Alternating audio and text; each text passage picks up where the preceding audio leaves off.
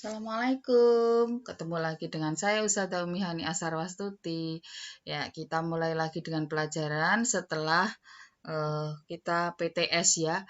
Sebelum PTS kita sudah mempelajari tentang eh, pengaruh interaksi sosial terhadap pembentukan lembaga sosial ya. Sambil yang remedi mengerjakan remedi, yang susulan mengerjakan susulan, kita mulai pelajaran lagi. Ya, pertemuan kali ini kita membahas tentang pengertian lembaga sosial.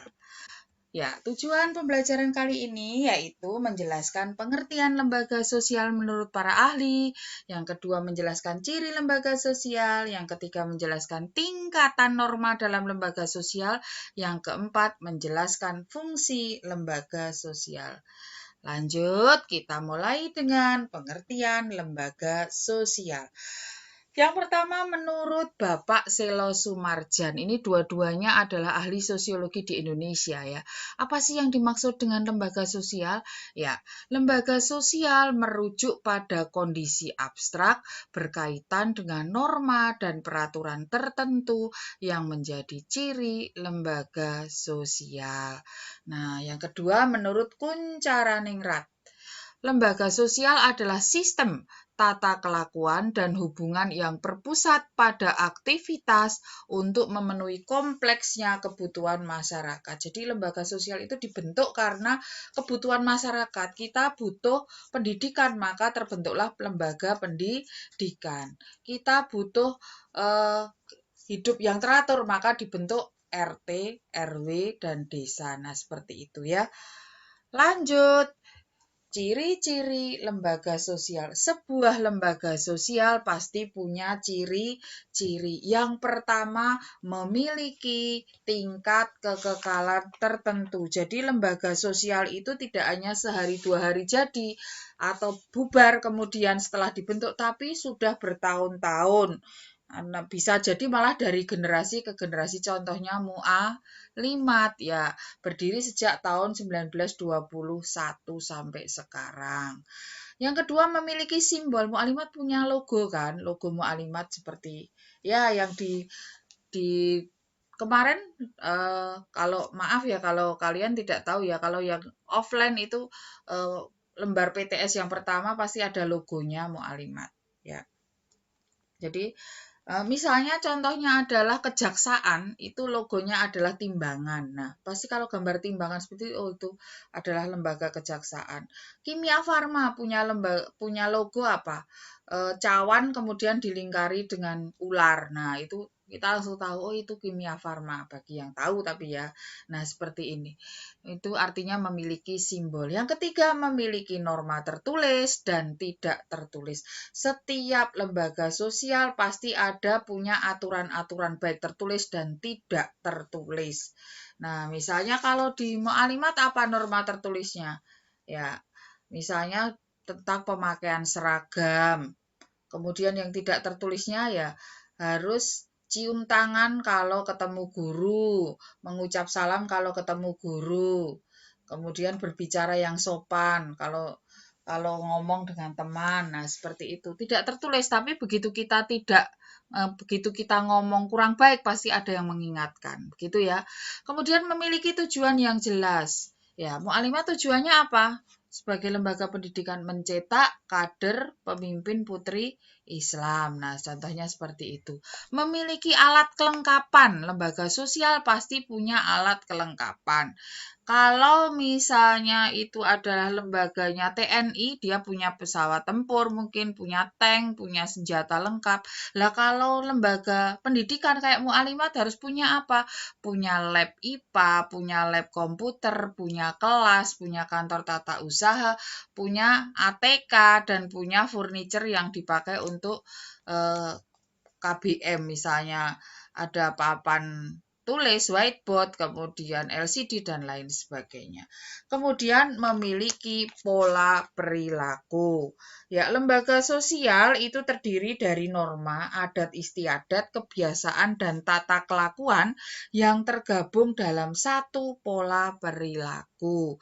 Ya, contohnya misalnya di sekolah itu ada norma dan tata kelakuan yang diperlakukan kepada seluruh warga sekolah agar dipatuhi. Ya, kalau di Mu'alimat ada buku tata tertib atau buku tatib yang yang berwarna biru. Kalian nanti kalau masuk ke Mu'alimat akan dikasih satu-satu dan itulah nanti ada aturan yang harus kalian taati, yang kalau melanggar akan dapat poin, kalau yang berprestasi akan dapat reward di situ diatur, gitu ya. Ya, lanjut sekarang tingkatan norma dalam lembaga sosial.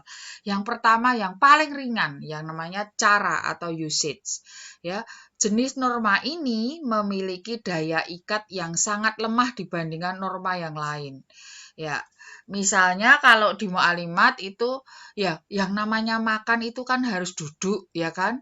Kemudian pakai tangan kanan. Nah, kalau kalian makan sambil berdiri, pasti ada yang ngatain, ih kok berdiri sih, kok duduk? Nah, seperti itu. Tapi apakah dihukum? Tidak. Nah, ini adalah norma yang paling rendah. Ya. Kemudian yang kedua adalah kebiasaan atau Volksways, yaitu kebiasaan yang terbentuk dari perilaku yang berulang-ulang. Ya, contohnya dari kecil kita kalau ketemu orang tua, kita disuruh cium tangan dong, cium tangan. Nah, begitu. Kalau kita mau berangkat sekolah, kita sudah dilatih keluar rumah, Assalamualaikum, Bu, Bapak, kita berangkat. Nah, seperti itu. Itu dilatih dari kecil sehingga sampai besar kalau keluar ya, Bu berangkat sekolah. Nah, seperti itu. Atau Ma berangkat sekolah. Nah, ini kebiasaan yang berulang-ulang. Ya. Kalau di sekolah juga semuanya kebiasaan yang berulang-ulang. Ya. Apa misalnya istirahat itu adalah jam keempat, setelah jam keempat, nah seperti itu. Ada belnya, pergantian pelajaran ada belnya, kita langsung tahu, oh ini pergantian jam, nah habis ini guru siapa. Nah itu karena ada jadwal dan lain sebagainya. Kemudian yang ketiga adalah tata kelakuan atau mores. Tata kelakuan ini berasal dari kebiasaan yang diterima sebagai patokan untuk membatasi tindakan masyarakat. Tata kelakuan dianggap sebagai cara berperilaku baku, sehingga orang yang melanggar pasti akan dikenai sanksi, bisa fisik, bisa denda, atau pengucilan dalam masyarakat. Ya, kalau sekolahnya ini semi militer seperti Taruna Nusantara di Magelang, terlambat mungkin bisa disuruh lari keliling lapangan 2 kali atau 3 kali. Ini adalah denda atau sanksi fisik karena terlambat masuk sekolah. Berupa denda atau uang. Ya, contohnya di Mu'alimat itu kalau terlambat mengembalikan buku di perpustakaan akan didenda setiap hari berapa rupiah gitu. Ya.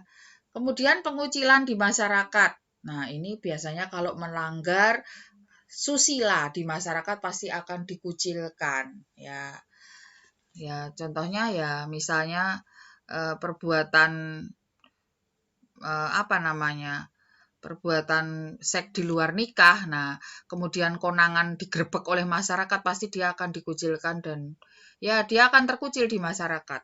Jadi sanksinya sanksi masyarakat, gitu ya. Nah, kemudian adat istiadat, maaf ini tulisannya salah, adat istiadat atau custom. Ya, adalah tata kelakuan yang berintegrasi secara kuat dengan pola-pola perilaku masyarakat. Norma adat biasanya bersifat teritorial, artinya norma adat ini hanya berlaku pada daerah itu saja. Ya, tidak berlaku di daerah lain. Jadi daerah lain punya norma adat sendiri-sendiri. Nah, sanksi yang diberikan biasanya berupa pengucilan atau hukum adat. Misalnya mencuri, itu diusir dari desa. Nah, contohnya seperti itu. Kemudian, apalagi ya, misalnya ada aturan adat mengenai pelaksanaan ritual adat.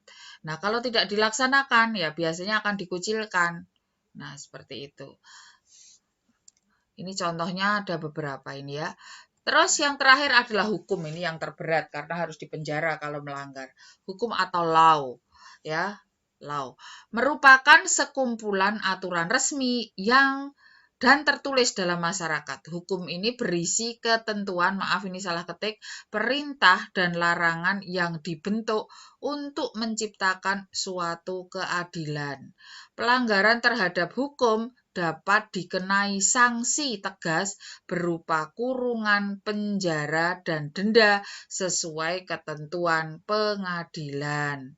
Ya, jadi kalau melanggar ya diadili kemudian dikurung atau denda.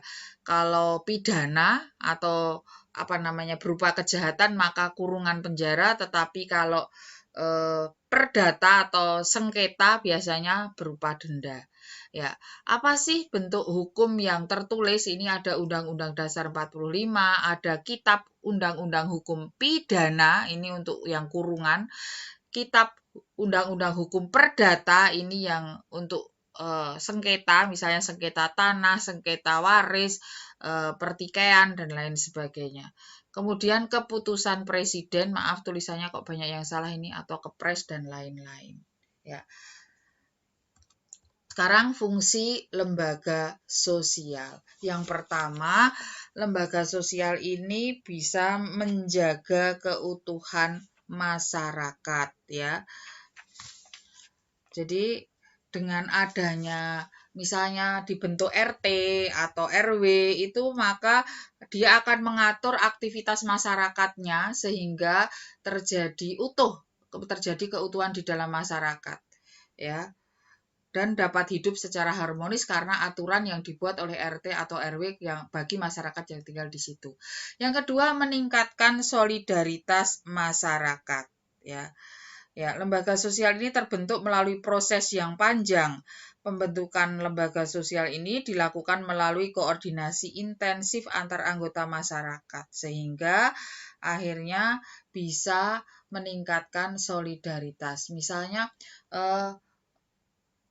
para penduduk atau membeli tanah di daerah yang baru, maka itu akan membentuk masyarakat baru sehingga tercipta solidaritas dari masyarakat tersebut karena orang-orang sesama para pendatang. Nah, seperti itu. Kemudian mengendalikan perilaku warga. Lembaga sosial bisa berperan untuk mengendalikan perilaku warga lewat sanksi. Ya, sanksi yang terdapat dalam lembaga sosial dapat bersifat formal maupun non-formal. Sanksi formal biasanya tertulis dan sanksi non-formal biasanya tidak tertulis. Ya, misalnya kalau sanksi yang formal tertulis misalnya ya diatur dan kemudian diedarkan di masyarakat atau mungkin ditempel berupa stiker. Misalnya tamu menginap harus lapor RT, kemudian misalnya pembagian ronda, nah itu kan diatur dan kemudian ditulis. Yang tidak tertulis ya mungkin saling menghormati, tidak membuat gaduh, kalau nyetel lagu tidak sampai mengganggu tetangga, kemudian membuang sampah ya tidak di tempatnya kebun tetangga dan lain sebagainya. Itu kan tidak diatur, tapi itu adalah sebuah ya harus dipedomani, diakui bahwa itu sebuah aturan yang tidak tertulis, ya, sehingga dapat mengendalikan perilaku warga. Yang keempat, memberikan pedoman bertingkah laku. Ya, lembaga sosial ini merupakan perwujudan nilai dan norma yang dibentuk oleh masyarakat. Nah, akhirnya akan menjadi pedoman, ya kan, akan menjadi pedoman dan kemudian secara sadar ditaati. Kemudian karena kalau tidak ditaati maka akan mendapatkan sanksi karena dianggap berperilaku menyimpang. Nah, selesai materi kita kali ini. Jangan lupa ya di-like dan subscribe. Ya, subscribe dan like kalian per video itu akan saya rekap dan kemudian akan saya hitung menjadi nilai proses. Masih rendah nilai yang pada saat ini masih 33. Dari misalnya KKM-nya 75 masih 33, maka tambah semua ya. Saya hitung per like di per video untuk nilai proses. Terima kasih. Assalamualaikum warahmatullahi wabarakatuh.